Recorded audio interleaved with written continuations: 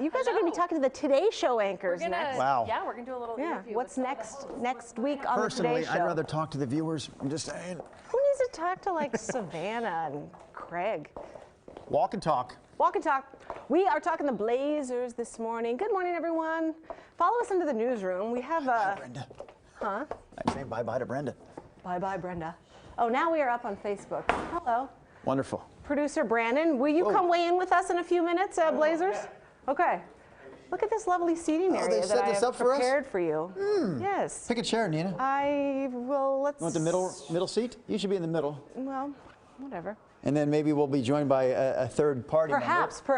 A little bit later. Okay, so our question of the day. You didn't want me to ask this question, Drew. Well, let's talk about that. Because you're saying I'm a little jumping the gun, which I might be. I think this is a good question for a deep discussion like we're about to have on the Sunrise Extra program. We're here for a while, you know, but I thought it was going to be a tough question to ask in the brief setting we have during the actual Sunrise show. During the show. My question was, with all of the years of torture that we have had as Blazer fans, you haven't been here for all of those years. No, you're right.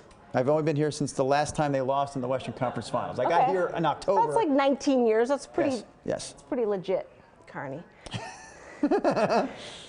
Is this season making up for kind of all of those years of torture, of like Greg Oden's injury? We barely make it to the first round of the playoffs, and then we get swept. You know. I know what you're trying to ask. I know Michael Jordan going back. That's like a long way, and we've done pretty dang well since then, like in the 90s and stuff. But is this season, like, is Game 7 of round 2, like, does that make up for the Jailblazers? Does that make up for all of this stuff? Like, having a true community leader in Damian Lillard, who is committed to Portland, and just a stand-up guy, which we haven't had that many leaders who, do that. You're right. Or is this too early to be asking this? Let's wait till Sunday. Yes, it is. A little bit. It's a little bit too early, Nina. You're jumping the gun. Can we just get to Game 7 first, for goodness sakes? Because, yes, I think if they win Game 7 on Sunday and they advance to the Western Conference Finals, this will be the best team we've had. Well, obviously, it's the team that's gone the furthest in 20 years, since that team that lost to the Lakers in the Western Conference Finals back in 2000. I don't think we can't say this already, because you know what? Had they lost last night, there's no way this team would have made up for. They would have been another team that came up short in the playoffs. So yes, it was a great win last night, but if they need to win Game 7 in order to erase the past 19 years of playoff misery. Agreed? Camera J, I asked this question to him on Instagram. You may have seen it Instagram on my stories. He's one of the biggest Blazer fans in our newsroom. Knowledgeable fan. He said something that really resonated, and I agree with him. This is Camera J, Instagram. You said behind the camera, everyone, Facebook, he's the one holding the camera. Put your hand in front of the camera, Jay. I don't know if you could even reach that far. He said, he didn't really know if we were going to win last night. Obviously, he was hoping for a win. And then we got one, and now his expectations are through the roof. So now it's, it's not good enough yet. His hopes are, because I don't think Jay still expects them to win on Sunday. Do you? Do you expect them to win on Sunday? No, he doesn't. No, what I said before was, going into yesterday's game, I would have been happy had they just got through Game 7. They won. I really wanted them to win, and I'm really happy they going to Game 7. Yeah. That said, now they're in Game 7. Now I want them to win. Bottom line was I would be I would be happy just to be in. Now they're going to be in Game 7. I obviously want them to win. Okay. If you guys hear him very well on Facebook? Probably not. Okay. If you're a Blazers fan, of course you want the team to win on Sunday, and you should. Sure. You should be pulling for them to win. You can think they have a chance, because they absolutely do have a chance to win. But realistically, they are going to Denver again. Denver doesn't lose at home very often. Someone They're told me one of the other day, best home teams. Yes. No one has beaten Denver twice at home this season. Going all the way back to the start of the regular season, no one has won 2 times in Denver this year. So obviously, the Blazers will have to win a second time in Denver on Sunday in order to advance. So the stacks, or the cards, are stacked against them, but they definitely have a chance. This isn't like the Golden State Warriors of a couple of years ago. This is the Denver Nuggets. We did it last time. It's doable. Yeah. What do you guys think? Is this too early? Do you wait till Sunday to decide if this season, kind of like turns your years of kind of I'm trying to figure out what are you trying. You're basically already saying that this Blazers team has erased the playoff disappointments not erased, of the last but like 19 kind of brought years. back your, like, what is the word I'm trying to say? We've just been on an emotional roller coaster. Finals, this team will stand out. I will tell you, when I first got here in 2000, I got here in October. So the Blazers collapsed against the Lakers in May or June of that year, the Western Conference Finals. I got here in October, and you could still see the city was just kind of still walking around with their heads down. Yes, our Blazers blew it. And when I first got here, the Blazers, I grew up in Philadelphia, we always considered the Blazers to be this awesome franchise with a winning tradition. 80s and 90s, they always put good teams on the floor. And they were always kind of in the mix to get to the deep in the playoffs. After that loss to the Lakers 19 years ago, suddenly we went into this period of like, well, we'll make the playoffs, but we're not going to do anything once we get there. And that has really been the story for. That's what we always, I mean, every fan, you know, is always, it's always top of mind. I'm like, oh yeah, we're in the playoffs, but you know, we're going to do what we always do. But does this kind of change your attitude? That's what I'm asking. Like, does that change your attitude, I guess, about, you know, what we're about? Like, we can finally do it. You know, we've made it to the second round. Hopefully we'll make it to the finals. The way you phrase that question, a win on Sunday will go a long way towards. Yes, a win on Sunday will go a long way. Okay, I put this question on Twitter. Did people respond? I did it as a poll. I'm curious how you phrased it on Twitter, because I've heard you say it 7 different ways. So I said, is this Blazers season making up for years of fan heartache? 64% of you saying no, let's wait for Sunday. 36% of you saying yes, round 2, game 7 is worth it. Right. So they're saying already just getting to game 7 has erased years of heartache. Others, the majority, still saying, nah, I got to see what happens on Sunday first. Hold on, you guys are couching it a little bit. I'm already ready to say that this is my favorite Blazers team to watch in my 20 years of being here in the Portland area. Like, this has been the best. And I really loved Brandon Roy. I thought he was great. Yeah. Fantastic. I loved that 2014 team that had Wesley Matthews on it and Robin Lopez. So that was a great collection of guys. I thought they were terrific. But this has been my favorite Blazers team to watch since I've been here. Somebody on Facebook wondering what the score was last night. What was it? 119 to 108? It wasn't. 119-108. Yeah. So they won by 11. Okay, now I felt like they were in control the entire time too. Like well, not the entire time. Sorry.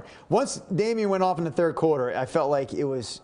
Look, this is a little more split. This is on Instagram. 55% saying let's wait till Sunday. 45% saying yes, it's worth it. But I don't even know what's worth. What does that mean? It's worth. What's worth what? I don't know, Drew. The wording here is suspect, Nina. Sheesh. Okay. Worth the heartache? What does that even mean? I mean, I give this to you so you can No, read then the answer is no. From the this people. team is not worth the heartache of 19 years. Our producer is trying to tell me that what the question means is that this year's team is worth all the heartache I had for the last 19 years? No, that's a slam dunk no. This team hasn't done that much yet to erase 19 years of playoff disappointment. You're going to tell me we'd have to win the finals for that to happen. We'd have to win a championship. Who would say that 19 years of playoff disappointment was all worth it for this? Getting so fired up. Getting so fired up. Will you read some of our peeps, what they're saying? Are we going to talk about Mother's Day? No, we're getting fired up about this. Here come Facebook comments. Okay, yes. Ginny Carlson says, real fans never lose faith. She is a real fan of the Extra Show, by the way. She comments daily. Yes. Melissa says, good morning. Oh, wait. I didn't get the whole thing in here. Okay, Melissa says, good morning. I was wondering if there's anywhere out there that are giving away a trip to cheer on the Blazers for Game 7. I would love to enter a contest that does that. We do not have such a contest here at KHW. I want to win that too. But you can enter our Playoffs Fan of the Day opportunity where you send in a picture and perhaps we feature you on the Sunrise Show. Well, let's be real. Like a dog will probably win, you know? If you dress your dog up, we'll pick that. So Ginny also points out that she was old enough to have seen the Blazers win the title back in 1977. Awesome. Alyssa Kerwood is thanking you, Nina. She was thanking you for giving the score. So she's the one who asked for the score. Okay. You provide the score. See, we provide a service here. And she thanks you for that service. And then Dave points out nothing about the Blazers, nothing about Mother's Day, but Dave on Facebook says, great earrings. Thank you, Dave. Those are Blazer-inspired earrings, are they not? Yes. Well, yes, they are. Rip City earwear. Tassels for a Friday. Grace on Instagram says, go Blazers. I believe they can go all the way. Yeah. No, very fun Blazers team, and I liked them because I did not give them much of a chance in these playoffs. I did. Remember, we all thought, geez, Oklahoma City in the first round, they're going to get bounced again in round one. Right. I said the same thing. So, especially with Nurkic out. Thank you. Yeah, it just did not look good, and I love the fact that Dame has really stepped up his game. You thought he was at his highest level. He's taken it to a little bit more more of a level. Rodney Hood coming out of nowhere to be an impact right? player. I That's just think cool that's to such see. a cool story. I mean, I was listening to his game press conference last night, and he was saying, he was just down in the dumps. He was playing for the Cleveland Cavaliers. He had 0 minutes last year. He was just like, my career is going nowhere. And now he comes on this team, and he's valued, and he's playing off the bench, which is what we have needed for so long. And his Cantor stock has gone up too. Yeah. I mean, that's another guy who came here and sort of written off by the league to some degree, and it's like, no, he's still with a separated shoulder. Yes, making a difference. That's the big question. We're feeling the love, of course, for Nurk, but now we are also loving Cantor. They can't coexist next year, right? I mean, the two won't be back together again. So Why do you say that? Well, I just think that isn't Cantor a free Play the agent? same position? I don't even know. So I think he's going to have an opportunity to start somewhere. I think he'd like to be here. I think he'd next to here. But also, Nurkic is not going to be ready by the opening. Okay, No. Jay brings up a good point. Nurk will not be ready by the time next season starts. Yeah. That was a pretty significant injury, you're right. All right. Is Brandon back there? Where is Brandon? I saw Brandon pop Hey, his head producer in behind Brandon, the you camera. want to talk some Blazers with us? All right. Give Brandon a proper introduction. Yeah, let's Explain zoom this in fellow. on Brandon. It's my second appearance on Sunrise. I know. I'm very excited about it. Have a seat. Why No, don't you, Brandon, I want pull Nina your to chair? properly introduce you to the audience. Explain who this man is, Nina. This is our executive producer, Brandon Am I supposed O'Rourke. to look at Instagram or that? Don't, that's, Oh, it yeah. doesn't matter. Okay. Look Who wherever you knows? want. Look at us. We're the pretty people on TV, right? Yes. Just kidding. Huh? Executive producer Brandon O'Rourke. I know he doesn't have a microphone. Okay, so Can you I'll not get- hear I'll get very well? close You got to it.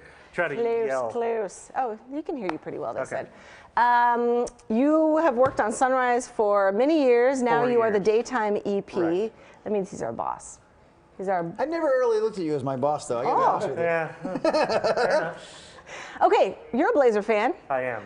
You guys are both from Philadelphia, which Yes, is we We're are. Sixers first, Interesting. Blazers second. I am much older than he. So, Would've never my guessed fandom of Philly sports goes back to like the early 80s. Brandon's is more like Yeah. early 90s. Yeah. You Okay. grew up with Dr. J. I grew up with Allen Iverson. There you go. Oh, that Yeah. sets it perfectly. Okay, we were asking. Yes. There's been a lot of heartache for Blazer fans. I was Absolutely. listening to my pal John Kinzano the other day on his radio show. bald He kind of face had truth? this topic. Yes. We've been tortured for years. And is this season like just the way the kind of like community aspect of this team and like how much we love these players? They're playing with separated shoulders, they're breaking legs. Does this kind of make up for a lot of years of heartache? I think this season will be arguably one of the most memorable, if not the most memorable, in the last decade. Yes. But if they lose, I think it'll be devastating. And I think it'll feel worse than some of those sweeps. Because I Really? think you get to this position and it's so hard to do it.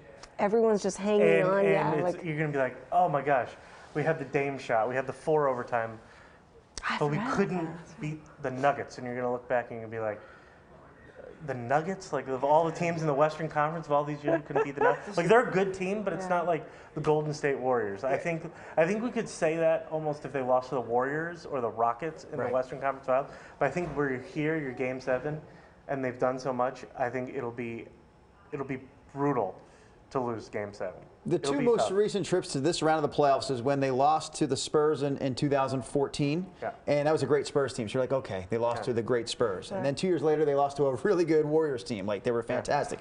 Now you're right. It's not the Spurs. It's not the Warriors. It is the Nuggets. They just don't have that reputation as being a dominant Right. team. So you're thinking, we can get past the Nuggets. Both teams ended up being champions that year. Okay, so yeah, Jay's pointing out that the Spurs and the Warriors both were champions eventually in those years that the Blazers lost to them. Like last year was brutal against the Pelicans. There's no doubt about it. Yeah. But I feel like You can't lose to a team called the Pelicans. Yeah. My wife did not even know last year when they played the Pelicans. She's like, what is that? I didn't know there was a team called the Pelicans. Yeah, I said, kinda most do. don't. But I think this has been such an incredible ride that to have it stop to the Nuggets will be really tough. See, I don't think it'll Yeah. be that devastating. I know, and I think a lot of fans know that this is a very good Nuggets team. They don't Yeah, have the yeah, history, but I get that. they're very good this year. And it's in Denver. It's not like you're losing on your home floor if you do lose on Sunday. You're losing in Denver to a very good home team. How are we going to feel if the Sixers lose Game 7 to the Raptors? Not I good, feel like but- we're in the same shoes. But I'm actually anticipating, you got to feel the home team has the edge in both of those series. Yeah, agree. Denver has the edge on Sunday. And also, I know he keeps bringing up the Philadelphia series as well. I'm sorry. I'm trying to. I don't know, but I'm saying like both teams are in the same shoes. As we are as fans, I'll be devastated if both the Sixers, especially if they lose. Yeah. But I think it's tough. This season has been amazing. Yeah, I mean, it's the been play, an amazing run, and you won't forget like and just throw it all away. But I think when you have that good run and all those memories, that makes it almost harder when you lose. Because you're like, oh my gosh, yeah, we were so good close. right We had there. so many like amazing moments. And that almost creates more heartache. And like, Sarah on Facebook saying, we're asking two different questions. Does this make up for 20 years of heartache? No. Does it reignite your belief and hope for future seasons? Yes. Agreed. Well said, Sarah. Thank you for clearing up your mind? Yes, it's all muddy in yes, there. that's the question, Sarah. Yeah. I knew that question was flawed from the time you first Thank you, Sarah, for weighing in because you are really helping us. Oh, we have a viewer watching from the Philippines. Interesting. The Philippines. Okay, real quick before we go, it's Mother's Day weekend. Can you guys off the top of your head think of like the best advice your mom ever gave you? Yes. Drew? Do you have some already, Brandon? Think about it, Drew. I do. Only because, we've asked this question, I feel like, in years past, and the thing that keeps popping up in my head immediately, and it is true, and now maybe she gave me better advice, but this is the one I keep thinking about all the time. What? I know I've told my kids this. It's very simple. But she always used to say, like, it's never too late to say thank you or I'm sorry. Like, it's never too late. Good one. Yeah, because sometimes you'll be like, oh. And that can fix so many things. I forgot to say thank you. And she's like, what do you mean you forgot? Like, you can still do it. Like, is the person still alive? Then go thank them. You know, it's still a time. And especially with I'm sorry. Like, oh, I should have said I'm sorry. Right. Well, go say it then. It's not too late. So many, especially in families, like so many people just don't talk to each other anymore. And those words can fix so much, And then like as many years as go past, you look back on what you were fighting about, it's usually something dumb. She always told me, like, if you ever forget my birthday, if you call me 3 days later and say happy birthday, I'll still feel awesome. Like, don't feel like, oh, I forgot, so now I'm going to move on. No, like, still say what needs to be said. Yeah. Brandon, what do you think? My mom's taking the train down today from Seattle. Oh, nice. Weekend plan.